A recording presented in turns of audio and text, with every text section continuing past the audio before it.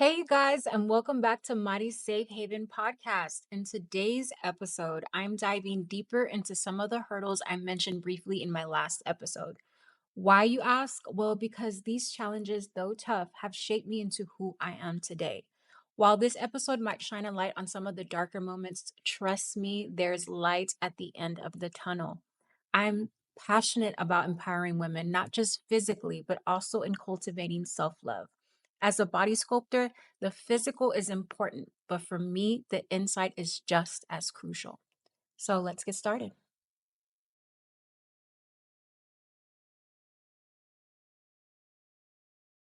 I am the youngest of eight kids. My mom had me at 39. What the fuck was she thinking? My mom had a son from her first marriage. My dad had four beautiful girls from his first marriage. And then they had us three together within their marriage. My childhood, I didn't have rainbows and butterflies and soft, loving Hallmark movie memories. It was pretty hard for me. I was raised with a mom who stayed at home, didn't work, and a dad who owned a couple of businesses and just worked all the time to provide for his family. It was hard. I felt like being in a Hispanic household, we were taught to not be emotional, that being emotional is a weakness, that we have to keep everything to ourselves, that everything that happens in the household stays in the household. We can't speak on that with everyone else. Like everything has to be hush hush secretive, all kinds of shit. It's like if you are Hispanic, you know what the hell I am talking about. It was hard. I'm a very emotional person and even more emotional as a kid. And I was the child who spoke out. I was a child who was going to speak to speak. I was a child who's going to speak up for myself no matter what I got in trouble for. Like I did not back down from anything. So guess what? Me and my dad always we butt heads. My dad was the type of person who would tell me, like, shut up, bitch. Like, you get to say nothing. Sit your ass down, know your place. So, being raised with a dad who told us things like, I don't understand why I had y'all. You guys need to pay me back for all the money that I've spent on y'all. Like, every negative thing you can think of. I don't understand why I had y'all. Y'all shouldn't have been born, all kinds of crazy shit. He had a very tough upbringing. Me looking back now, I see why he spoke to us in the manner that he spoke to us. I would argue with my dad all the time. The reason being is because my mom is more of a quiet soul. She never spoke back. Like, she just stayed quiet and took it. I remember going to restaurants with them, and my dad, being the flirtatious man that he was, he would be flirting with all these waitresses, and me being like 6 or 7 years old, standing up for my mom and saying, like, hey, you don't do that. And me being told to shut up and sit down and be quiet. No, Marisol does not shut up, sit down, and be quiet. So, being raised within that household, I always felt like I wanted to run away. I acted out, I lashed out. My sister Natalie was one of the ones who damn near saved my life in many, many instances. I always wanted to be heard. I always wanted to feel understood because I didn't get that at home. So I sought out for different things. For instance, I met a lot of friends who put me in a lot of bad situations. I remember being 11 and learning how to drive because everybody was barred out or drunk in the car. Yeah, y'all, I've been through some shit. It's just looking back now, I saw some of the friendships that I turned towards just the negative, just because I wanted to feel loved or I wanted that attention and I wasn't getting that at home. And one of the toughest times for me, as far as how I saw my mom, was when my dad came home and he was leaving. And the reason why he was leaving is because he got caught cheating on my mom with a younger woman. And he ended up leaving the house. I remember seeing my mom crying. We couldn't ask her anything. We couldn't be there for her. We we couldn't say a thing. We would get in trouble if we said anything. And I judged my mom for it. I really, really judged her for it. I'm like, how can you sit there and allow a man to treat you like that? It was then that I knew and I told myself, no, I will never allow a man to do this to me. I will never allow a man to make me feel like this. I will never allow a man to cheat or stay in a relationship after cheating. That lady literally handed my dad back to my mom. at the doorstep. I remember my dad and her being there, his mistress or his girlfriend at the time, and basically saying, "You can have him. I don't want him." And my mom just took him back. I'm like, damn, how stupid can you be? Like, I really, really, really judged my mom for that time at that time. And I hated her for it. And me and my dad, that was like our worst relationship. Like it just got worse and worse and worse because I couldn't even look at him. Like, how can you do my mom that way and think that I will ever love you again? They're dramatics. But I knew that I didn't want to be there anymore. I knew that I didn't want to live in this household. I wanted to feel heard. I wanted to feel loved. I wanted what everyone sees in these damn Hallmark movies, and I wanted a loving home. I just wanted to feel loved. So I sought out for different relationships. In high school, I met this guy who gave me a fake sense of love, and we ended up being together, and he did drugs and all kinds of bad other things. And I ended up getting pregnant. I moved out of my house. And the way that I moved out of my house, I remember my mom and dad coming up to them. I was scared shitless to tell them I was pregnant. They ended up having one of my uncles or a family member over. And I told my mom, I was like, "Hey, I'm leaving. I'm moving out. I'm pregnant." And that was it. I walked out. I looked back to see if they would come for me. They didn't. And I moved in with him, and I'm over here thinking like, okay, maybe they're going to come find me. Maybe they're going to come look for me. They never did. And that made me feel like I was right. They didn't love me. They didn't care for me. They were too busy trying to hide from their own life. And I stayed. I stayed in this relationship where I felt mentally, physically, emotionally just abuse. Not really physically, but more so just abuse. And I remember being 6 months pregnant and I got a call. I found out that he had overdosed in a park and brought him in an ambulance. And I ended up going into early labor due to the stress and everything that was going on. And I went right, like just in time, where they were able to close my cervix and I was able to stay pregnant longer. Thank God, because my daughter would end up being a preemie. It was that point in my life where I was almost like, what the hell are you doing? What are you willing to put up with that you're going to now make your daughter put up with? So obviously I was pregnant and I didn't give it much thought. I pushed it aside, hid it under the rug until the day came where I gave labor. And that was the day when I told myself enough is enough. I had her. I remember he was in the delivery room and he was coked up, high as I don't know what. He never signed anything as far as on her birth certificate or anything. And that was the time where I knew I had to leave. So I had to put my pride aside for the sake of my daughter's well being, for the sake of not bringing her up in a household where I felt as far as my childhood. So that was the hardest thing for me to do because my dad was someone who would tell me, well, remember, me debes, con esa me debes, which means like you owe me. And that was the last thing that I wanted to hear. But for my daughter, I would do anything. I gained a lot of respect for my mom at that time because when I moved back, she was the one who helped me a lot with my daughter. And I worked so many jobs. I remember not eating sometimes because I didn't want to, I was too prideful to ask for a single penny from my parents because I knew that they were going to be like, me debes, or you see, I had to help you out with this, or I had to do that. I didn't want to hear that. So I sacrificed a lot and I held a lot in and I did what I had to do to, you know, provide for my daughter because that was my job, even though I was a child, myself. And I raised her to the best knowledge that I could. And looking back now, I see so many things that I could have avoided. Me and my daughter have so many conversations now because we basically grew up with each other. And I know now, like, if I would have done the work before, if I would have just loved myself a little bit more, I would have avoided so many things And I would have been able to teach her so many things then versus now. So fast forward a little bit and I end up meeting my son's dad.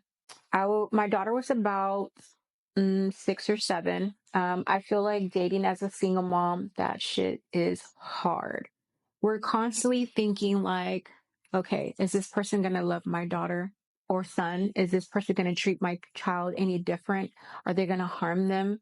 They're going to be a good example as far as creating a loving home for my kid to be around or whatever the case may be. It's very, very, very, very hard to date as a single parent. I feel like, with my son's dad, even till this day, I always tell him, like, I fell in love with your family before I fell in love with you. Like, his family never, ever, ever, ever treated her any different. Like, I remember my daughter coming up to me and telling me, like, Mom, am I half black too? My daughter is fully Mexican. I'm Mexican. Her dad was Mexican. Her biological dad was Mexican. My son's dad, he's black. He didn't never treated my daughter any differently. He took her in as she was his own, and so did his family. And I will love them forever and ever and ever for that. So I know my daughter's gonna look at this like, why would you say that? So sorry, Evelyn. But for me, I knew that I had to stay in this relationship or to stay in this environment for her because I didn't want to lose that for her. She finally had a dad. And I knew that that's what I was looking for. I wasn't looking for a relationship for me. I was looking for a father figure for her. And that was so unfair of me looking back now to put that on someone who, who doesn't have any kids, who like I see the mistakes now, which is insane. Me being in that relationship, we didn't know how to communicate to each other in a healthy manner. We constantly argued. I feel like I lied to myself a lot when it came to our relationship because I was willing to deal with so much for her. So I wouldn't break up a happy home, which was in my eyes for her. So I ended up looking at myself and looking back like, damn, I'm becoming my mom. And after I had my son, I realized that I was reliving that same cycle. Being pregnant with my son, London, I was very unhappy. I was crying all the time. I've never experienced a happy pregnancy, and that took a toll on me. I ended up gaining about 95 pounds after having him. I was about 245, 250 when I had him. Now, being a single mom of two, having to break another home for my daughter, having to now do that with my son, like, that was a lot for me. And now having to provide for two kids and deal with not communicating stuff to my ex and being toxic myself, and just a lot of this trauma bond that came about with that relationship because I wasn't dealing or being honest with myself and my childhood traumas. I realized I was bringing now my kids into this. When I had my daughter, I really didn't have any issues with weight gain because, I mean, I was young. I threw up majority of the time when I was pregnant with her. I snapped back really quickly. Now versus with my son, I was about 200 and something pounds. I was diagnosed with hyperthyroidism. It was a lot harder. Dealing with hormonal issues, dealing with this weight gain that for the life of me, I cannot get rid of. Not wanting to do surgery because obviously financially it was going to be a huge hit. Who the hell is going to help me take care of my kids while I'm going through the recovery process? It was a lot. Hating myself through it, just not loving myself, and having to put on a happy smile and still raise my kids and do homework and like, I feel single mom life is go, go, go and never pause. I feel like we put on, even as moms, period, who have significant others and not single, we put on this Wonder Woman syndrome where we take on the world and then never put anything for us. We're constantly running on E, but yet expect us to just give the best versions of ourselves to everyone in our lives. Like that's not going to happen. And I realized, okay, something has to change. I can't keep constantly hating myself. I can't keep constantly being depressed and having all this anxiety and trying to return back to my pre-baby weight or trying to feel back like the old me again by any means necessary. What am I going to do? What am I going to turn to? That's when the researching of non-invasive treatments came about. And that's how I stumbled upon body sculpting. Body sculpting saved my life in the terms of helping myself get back to loving myself again, as far as the physical aspect of it, then turning into a business where I'm able to also see others love themselves again and regain that confidence back. And like, I honestly, you guys, I love what I do because I'm able to help others who have been in the same boat that I've been, who have felt those exact same feelings again. And I'm able to help them and I see them grow. Such an amazing feeling. But being a business owner, that shit is hard, let alone being a single mom, adding on the part of being a single mom of two. There were many times where I wanted to quit. There were many times where I just wanted to go back to working to 9 to 5, but that's not who I am. It's really never been who I am, who I was. So what do I do? How do I create a healthy environment for two beautiful kids, let alone run a business and everything that comes with it, and still pour into myself so I can be the best version to myself for my kids? That was extremely hard. That still is extremely hard for me to do. I feel like me now at almost 36, it took me to hit 35 where I had to figure out how to love myself again. I knew that being in relationships where it brought a mirror to my life and it showed me an ugly version of me where I was angry, bitter, holding on to so much, lashing out, just being toxic within myself because I wasn't taught to communicate, or I wasn't taught how to love properly, or I wasn't taught how to even love myself properly. I'm someone who is a huge giver and will give to the and will give the shirt off my back. And I ended up being misused, mishandled, taken advantage of with certain like friendships or certain relationships. And I had to relearn how to create boundaries. And I feel like sometimes I wish that that shit is taught in school, because why do we have to relearn this shit as adults? Why do we have to go through the bad in order to learn this? And to be honest, my self love journey really happened when I turned 35. And I don't want others to wait till they're 35 to learn how to do that. I want anyone who is watching or listening to this podcast right now to take a second, close their eyes, and say, I love myself. To really pour into yourself, to really taking the time to love yourself again.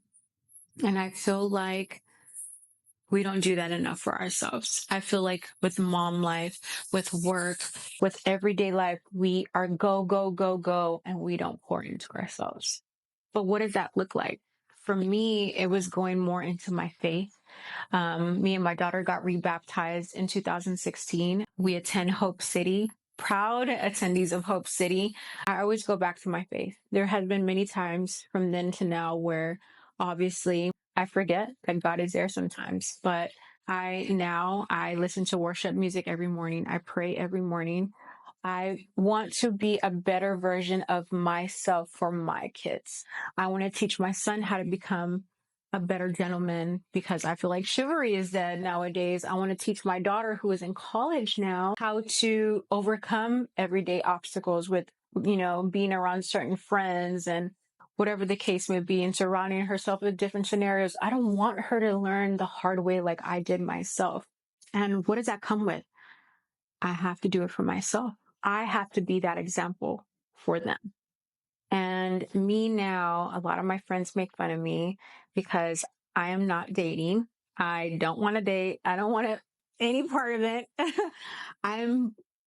Right now I'm dating myself. I'm taking myself out on dates. I'm taking myself out on all these bougie dinners.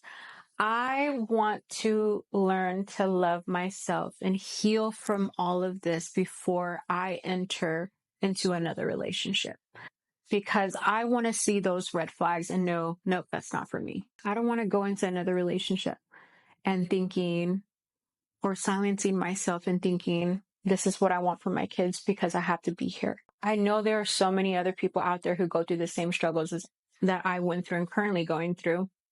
And I want you guys to know, which is why I created Mighty Safe Haven, that this is a safe space to come on here. And if you are someone who has gone through that, please express your story. Drop your story in the comments. I would love to hear about this.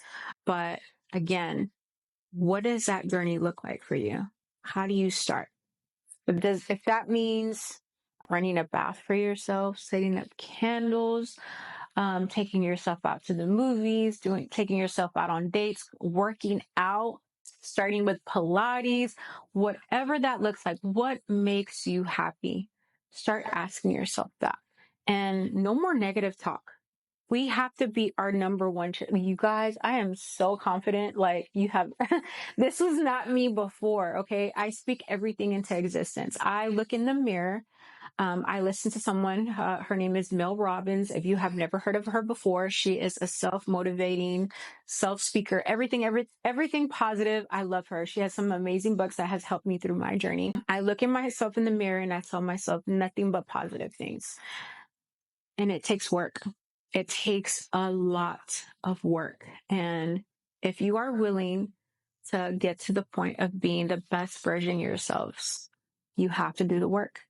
Start with therapy, start with whatever that looks like for you. And remember that we cannot constantly run on E to be the best versions of ourselves for our families or for our clients or for our kids or for our spouses or for our boyfriends or anyone. But most importantly, yourself. Learn how to create those boundaries. Learn how to speak up for yourself in a healthy manner. Learn how to heal from those childhood traumas so you don't fall back into that same thing again in different relationships. This was so fucking scary for me to do. And I'm so glad that I did it. It took me a million takes to do.